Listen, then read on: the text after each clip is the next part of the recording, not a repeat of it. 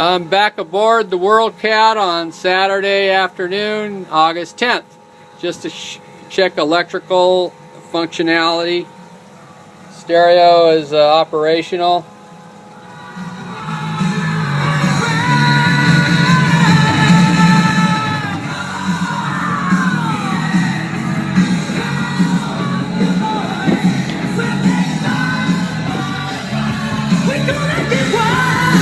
Speakers are working.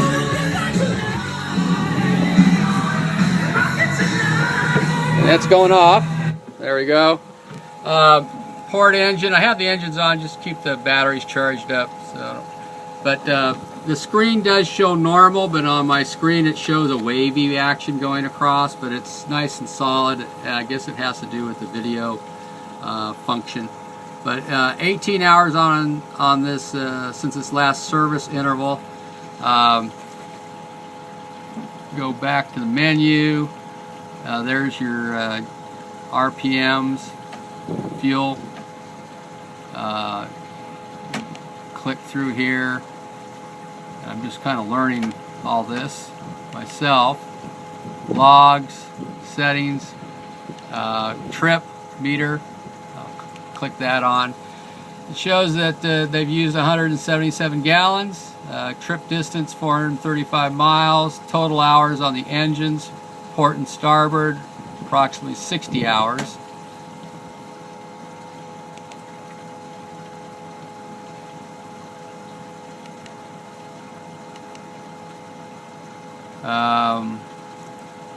Let's see what settings show. You can go through here and imagine. There's the VHF radio working. So anyway, you can go through and change it from distance to kilometers, boat speed from knots to miles per hour, however you want to, gallons or liters. So I'm going to turn this off, but that does work. You can see that working. There is a switch right here, accessory switch, that turns it off. I'm going to turn it off now, there and here. Now I'm going to go and show you the bathroom working. I've got the water on down here. The boat needs a good cleaning, but I want to demonstrate that this works. Let's see if I can get this back far enough. Water comes in, then flushing it, so that works. That works. And then this is this would be the overboard pump. It does. You can hear it turn on. I don't want to run it, but it does turn on.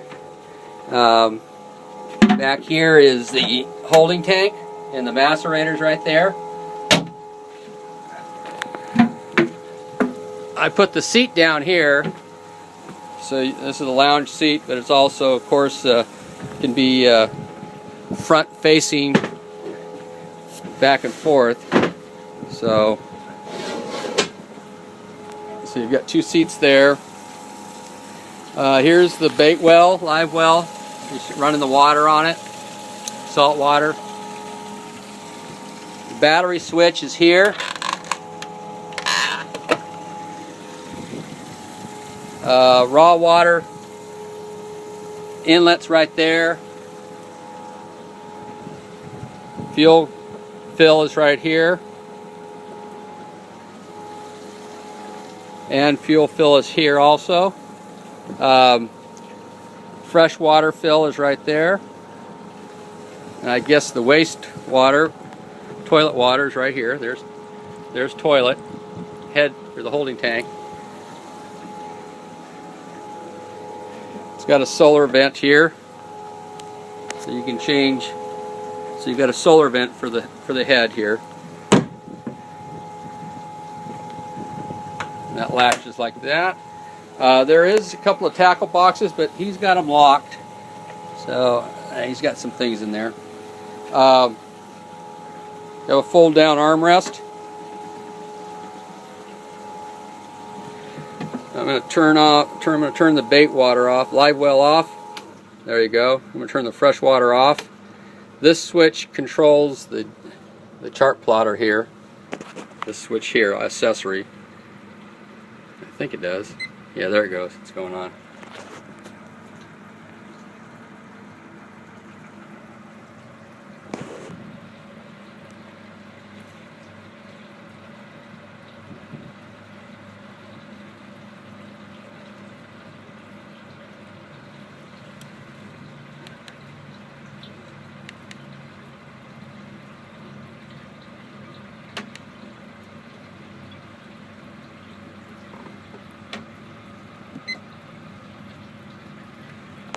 There's an issue with the transducer. It started while we were on the sea trial, so it might be, Corey was on the boat, of course, and he thinks it might be, there's the transducer cord and then there's an extension cord to run up to here, and there may be a problem. But the transducer is there. But like, for example, if you want to get to charts, you select it and hit select again, and then you can select which one you want. That's our harbor. That's where we're at right here. My office is right there. Then to go back out, you hit select again, or oh no, you hit home, excuse me, home, and then you can go to different. Let's see what this does. I haven't seen this one. I guess it isn't hooked up. But go back to home. Frequently used. Let's see what they used. Well, they even have a fishing chart, navigation chart. I don't know if they got the engine hooked up on this or not. Probably not. No, he doesn't have, the engine's not hooked up on it, but you have the capability of doing that. Back to home. So it's just basically a fish finder and chart plotter. And you go like here,